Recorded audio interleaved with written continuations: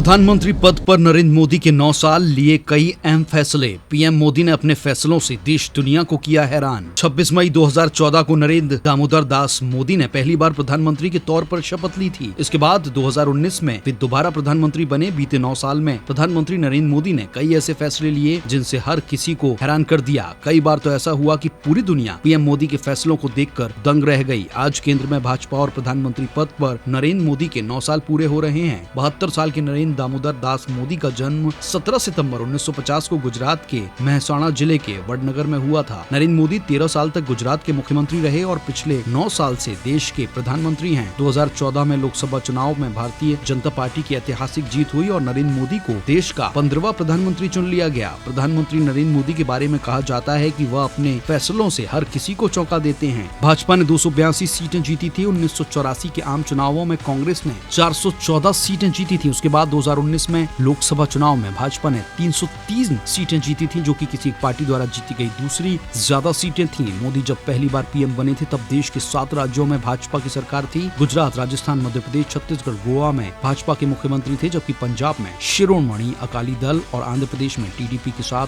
वह सत्ता की साझेदार थी। 2018 में भाजपा अपने चरम पर थी, तब 21 राज्यों में बीजेपी या सहयोगी पार्टियों की सरकार थी। अब सिर्फ 14 ऐसे राज्य हैं जहां भाजपा या उसके गठबंधन की सरकार है।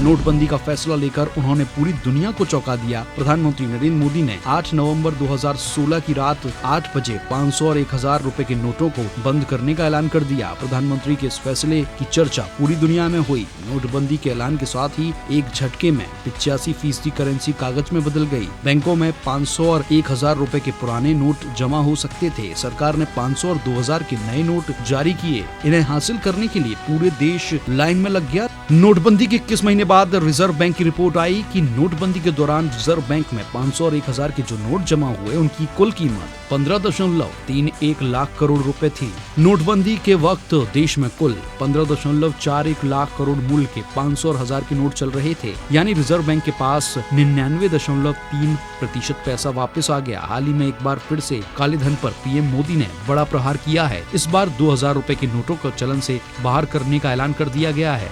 11 अप्रैल 2016 को यूनिफाइड पेमेंट इंटरफेस सेवा लॉन्च हुई। नोटबंदी के फैसले का इससे सबसे ज्यादा फायदा हुआ। देश में डिजिटल इकोनॉमी में तेजी से इजाफा हुआ। नोटबंदी के बाद सरकार का पूरा जोर डिजिटल करेंसी बढ़ाने और डिजिटल इकोनॉमी बनाने पर शिफ्ट हो गया। मिनिमम कैश का कॉन्सेप्ट आया। डिजिटल ट्रांजैक्शन में इजाफा हुआ। 2016-17 में 1013 करोड़ रुपए का डिजिटल ट्रांजैक्शन हुआ था। 2017-18 में बढ़कर 2070.39 करोड़ और 2018-19 में 3133.58 करोड़ का डिजिटल ट्रांजैक्शन हुआ। 2019-20 में आंकड़ा बढ़कर 5554 करोड़ रुपए तक पहुंच गया। डिजिटल ट्रांजैक्शन में बढ़ोतरी कोरोना काल में भी जारी रही और 2021-22 में डिजिटल तरह से किए जाने वाले लेन देन 33% के इजाफे के साथ 7422 करोड़ के आंकड़े को छू गए। अब सरकार ने डिजिटल करेंसी भी जारी कर दिया है।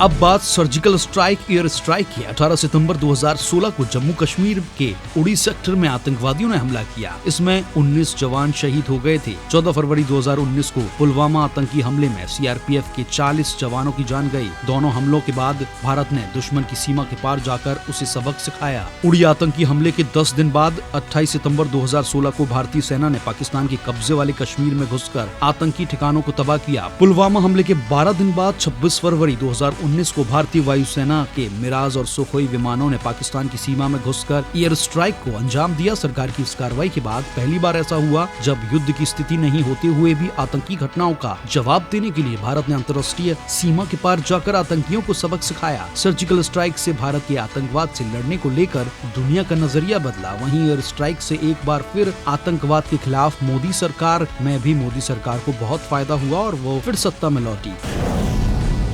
केंद्र सरकार ने 1 जुलाई 2017 को गुड्स एंड सर्विसेज टैक्स को लागू कर दिया। दरअसल अटल बिहारी वाजपेयी की सरकार ने 2000 में पूरे देश में एक टैक्स लागू करने का फैसला लिया था। इसके बाद मार्च 2011 में मनमोहन सिंह सरकार ने जीएसटी लागू करने के लिए जरूरी संविधान संशोधन विधेयक लोकसभा में पेश किया, पर राज्यों के विरोध की वजह से वह अटक गया। 2014 में नरेंद्र मोदी सरकार कई बदलावों के साथ फिर से संविधान संशोधन विधेयक लेकर आई। अगस्त 2016 में विधेयक संसद से पास हुआ। 12 अप्रैल 2017 को जीएसटी से जुड़े 4 विधेयकों को संसद से पारित होने के बाद राष्ट्रपति की सहमति मिली। यह 4 कानून central GST bill, integrated GST bill, GST राज्यों को कंपनसेशन बिल और यूनियन टेरिटरी जीएसटी बिल 1 जुलाई 2017 की आधी रात से नई व्यवस्था पूरे देश में लागू हुई। इसका असर ये हुआ कि जहां पहले हर राज्य अपने अलग अलग टैक्स वसूलता था, अब सिर्फ जीएसटी वसूला जाता है। आधा टैक्स केंद्र सरकार को जाता है और आधा राज्यों को। वसूली केंद्र सरकार करती है, बाद में राज्यों को पैसा लौटाती है। हालांकि राज्यों की अतिरिक्त राजस्व की मांग को पूरा करने के लिए पेट्रोलियम पदार्थ और आबकारी अब भी जीएसटी के दायरे से बाहर हैं। 3 तलाक को लेकर भारत में बहस काफी पुरानी रही है। इसकी शुरुआत 1985 के सुप्रीम कोर्ट के एक फैसले से होती है। 3 तलाक की बहस 2016 में फिर गर्म हो गई। तब सायरा बानो नाम की महिला ने 3 तलाक को लेकर सुप्रीम कोर्ट में अर्जी दाखिल की थी। सायरा के पति ने 15 साल की शादी के बाद 3 तलाक बोलकर रिश्ते तोड़े थे। अब सुप्रीम कोर्ट ने 3 तलाक के खिलाफ फैसला सुनाया और सरकार को इस मुद्दे पर कानून बनाने का निर्देश दिया। 28 दिसंबर 2017 को मुस्लिम महिला विधेयक 2017 के लोकसभा में पेश किया गया। 2018 में सरकार ने अध्यादेश के जरिए इसे लागू कर दिया। 2019 में दूसरी बार अध्यादेश लाया गया। इसी साल सरकार ने एक बार फिर से लोकसभा और राज्यसभा में बिल को पेश किया। इसके बाद राष्ट्रपति रामनाथ कोविंद ने नया कानून लागू करने का नोटिफिकेशन जारी कर दिया। मुस्लिम महिलाओं को 3 तलाक से छुटकारा दिलाने के इस फैसले पर बड़ी संख्या में लोगों का समर्थन मिला, तो कुछ लोगों ने इसका विरोध भी किया। हालांकि इसके कुछ सकारात्मक असर देखने को मिले। कानून के मुताबिक कोई मुस्लिम पुरुष अपनी पत्नी को 3 बार तलाक कहकर संबंध खत्म करता है तो उसे 3 साल तक की सजा भुगतनी पड़ सकती है। इसकी वजह से 3 तलाक के केस घटकर 5 से 10% रह गए। हालांकि इस कानून में एक कमी भी रह गई है, जिसके तहत इन मामलों की शिकायतकर्ता खुद विवाहित महिला को होना होगा। कई मामले ऐसे सामने आए हैं जहां महिलाएं पति या ससुराल के दबाव में शिकायत नहीं कर पा रही हैं। 3 तलाक की तरह ही अनुच्छेद 370 का मसला भी भारत की आजादी के साथ शुरू हुआ था। 1948 में जम्मू कश्मीर के राजा हरि सिंह ने भारत में विलय से पहले विशेषाधिकार की शर्त रखी थी। जम्मू कश्मीर भारत का हिस्सा होने के बाद भी अलग ही रहा। राज्य का अपना अलग संविधान बना, वहां भारत के कुछ ही कानून लागू होते थे। 2019 में चुनाव जीतने के बाद मोदी सरकार ने 5 अगस्त 2019 को अनुच्छेद 370 खत्म कर दिया। अब जम्मू कश्मीर में भी केंद्र के सभी कानून लागू होते हैं। मनरेगा शिक्षा के अधिकार को भी लागू किया गया। हालांकि इस कानून के लागू होने के कुछ शुरुआती नकारात्मक असर भी देखने को मिले। कुछ राजनीतिक पार्टियों ने इसका बहिष्कार किया। वहीं लंबे समय तक राज्य में इंटरनेट भी बैन रखा गया। अब जम्मू कश्मीर तेजी से विकास की ओर बढ़ने लगा है। हाल ही में केंद्र सरकार ने G20 सम्मेलन की एक अहम बैठक भी कश्मीर में रखी। अपने कार्यकाल के दौरान मोदी सरकार ने CAA लागू करके पड़ोसी देशों के अल्पसंख्यकों को बड़ी राहत दी।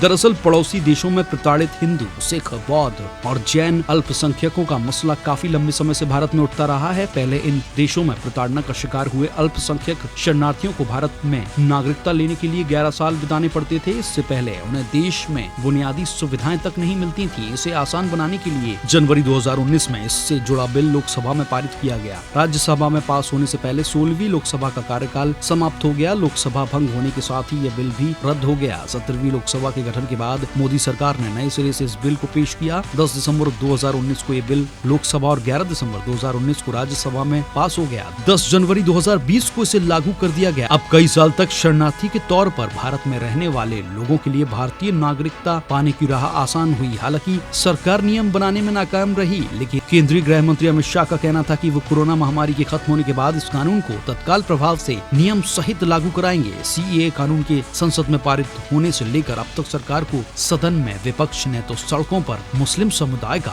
विरोध झेलना पड़ा। मोदी सरकार की एक बड़ी उपलब्धि यह रही, उसने बांग्लादेश के साथ 41 सालों से चला आ रहा विवाद खत्म किया। जून 2015 में प्रधानमंत्री नरेंद्र मोदी ने बांग्लादेश के साथ 41 साल से चल रहे सीमा विवाद को खत्म कर दिया। बांग्लादेश के प्रधानमंत्री शेख हसीना और नरेंद्र मोदी ने भूमि सीमा समझौते पर हस्ताक्षर किए। समझौते के तहत भारत को करीब 7,000 एकड़ जमीन मिली और बांग्लादेश को करीब 17,000 एकड़ जमीन मिली। भारत के 111 गांव बांग्लादेश को मिल गए और बांग्लादेश के 51 गांव भारत को दे दिए गए। भारत की आजादी से पहले चले आ रहे राम जन्मभूमि बाबरी मस्जिद विवाद का अंत 9 नवंबर 2019 को हुआ, जब सुप्रीम कोर्ट ने अयोध्या की विवादित जमीन पर रामलला विराजमान का हक माना। उधर मुस्लिम पक्ष को अयोध्या में ही 5 एकड़ जमीन देने का आदेश दिया गया। राम मंदिर का एक और फायदा केंद्र सरकार की महत्वाकांक्षी रामायण सर्किट योजना को होने का अनुमान है। इस प्रोजेक्ट का उद्देश्य देश में उन सभी स्थानों को जोड़ना है जहाँ भगवान राम गए थे और जो रामायण से जुड़ी पौराणिक कथाओं की वजह से प्रसिद्ध है। स्वदेश दर्शन योजना के तहत पर्यटन मंत्रालय की ओर से जो 13 थीम आधारित पर्यटन सर्किट विकसित किए जाने, उनमें से रामायण सर्किट एक है। सरकार की योजना है कि वह इस सर्किट के जरिए दुनिया भर में रहने वाले हिंदुओं और अन्य धर्म के लोगों को भव्य राम मंदिर के दर्शन के लिए खींचने में सफल होगी। रामायण सर्किट के तहत आने वाले सभी शहरों में होटल, आवास की उन्नत सुविधाओं वाला स्तरीय इंफ्रास्ट्रक्चर खड़ा किया जाएगा। इससे अयोध्या को भी जबरदस्त फायदा होने की उम्मीद है। यूपी सरकार की योजना अयोध्या का देश की सांस्कृतिक विरासत के तौर पर स्थापित करने की है। 2014 का आम चुनाव इसलिए खास था क्योंकि 30 साल बाद किसी पार्टी को पूर्ण बहुमत मिला था। देश दुनिया की सभी खबरें देखने के लिए जुड़े रहिए आचरण न्यूज से। आचरण न्यूज, हर कदम आपके साथ।